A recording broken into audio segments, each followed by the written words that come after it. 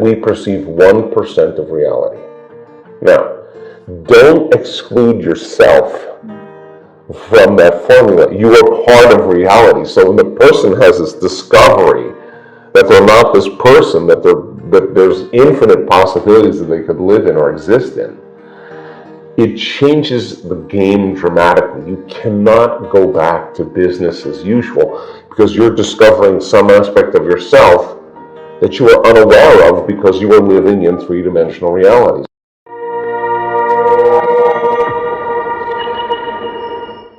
So when we've been mapping this in our studies, we now know how to induce the state.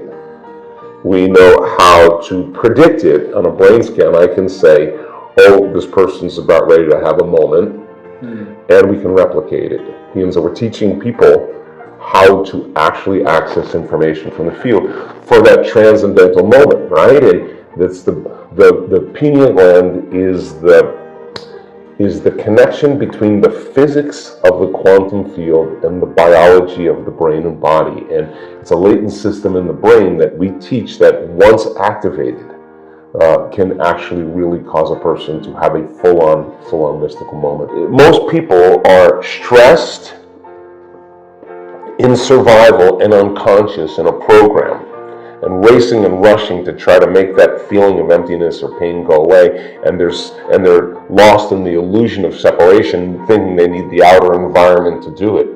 Chaos is happening. You got to be the eye of the storm. You got to be relaxed and out of survival and awake.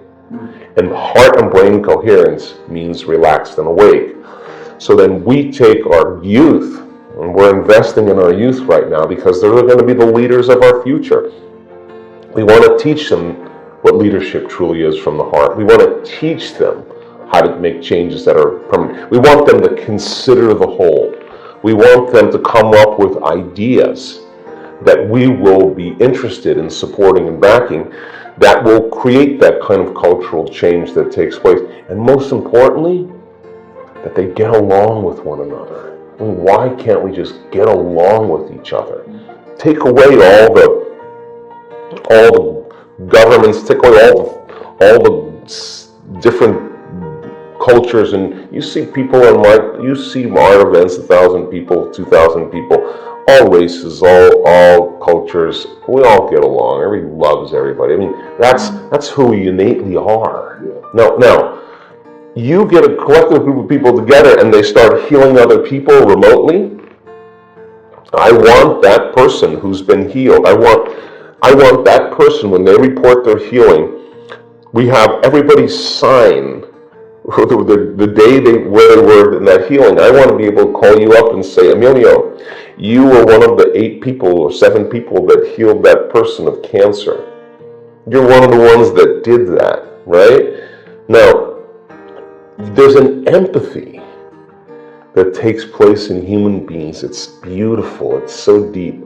When you're part of someone else's change, that's what the tribe does. That's what the species of human beings should be doing when they're not in survival. We should be informing one another. We should be supporting one another. We should be honoring one another.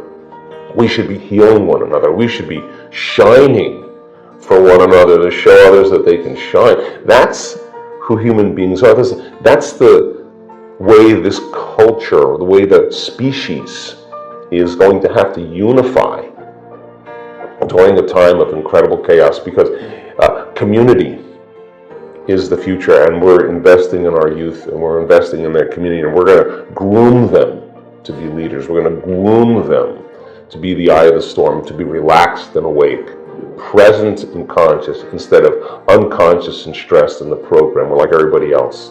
And so if you're no longer seduced by your emotions and you know how to control them, you'll be very selective to information. And while the flock is going that way, you may be looking the other way. And that's what I want enough people to do. I think that the demonstration of greatness is so important right now. People are looking for it and they can't find it anywhere. And we can't wait You cannot wait for someone else to lead. You got to show people what compassion looks like. You got to show them what kindness looks like. You got to show them what equality looks like. You got to celebrate successes in others. We have to be that all the time, so that we give people permission to do the same, right? So my hope is that if we can change individuals one by one, we're going to change the world. And that's it. And at the end of a 1 week long event, I would say that 99% of the people that come to that week-long event are not the same person that got there. Now, when they go back into their life, and all of a sudden, they're not doing anything differently, but people say to them all the time, what's up with you? What happened to you? You got a new job, you got a new girlfriend, you got a boyfriend. What's going on? No, nothing. Because they're at a phase. The memory of that person is not matching the projection of what they see in front of them. They're at a phase, right? So, enough people do remember that they're the creators of their life, that they actually do control their emotions, that they actually have the ability, no matter who they are, to create the life they want. And just making the time to do it is so important. So I have great hope at this time in the world right now that all the things that are falling apart have to fall apart, and our youth are going to be our leaders, and we have to demonstrate, we teach them how to demonstrate what that looks like, and they have to be impeccable when they do it. Yeah, that was beautiful. And what would be one supernatural ability that you would invite the next generation to practice, develop, and act with in their daily lives? All relaxed and awake, instead of unconscious and stressed. Relaxed and awake, heart and brain coherence. It's an elegant dance, because when the heart is informing the brain, the information that's coming from the heart is not coming from a television commercial, it's not coming from social media, it's not coming from news.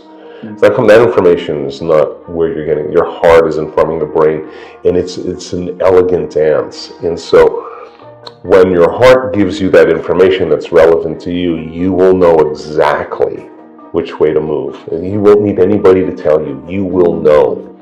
So I would love for that to become a skill, and to be so good at it that you can do it with your eyes open as well as your eyes closed. We are all connected to this invisible field of energy, and the problem is if you're unaware of it, it doesn't exist for you.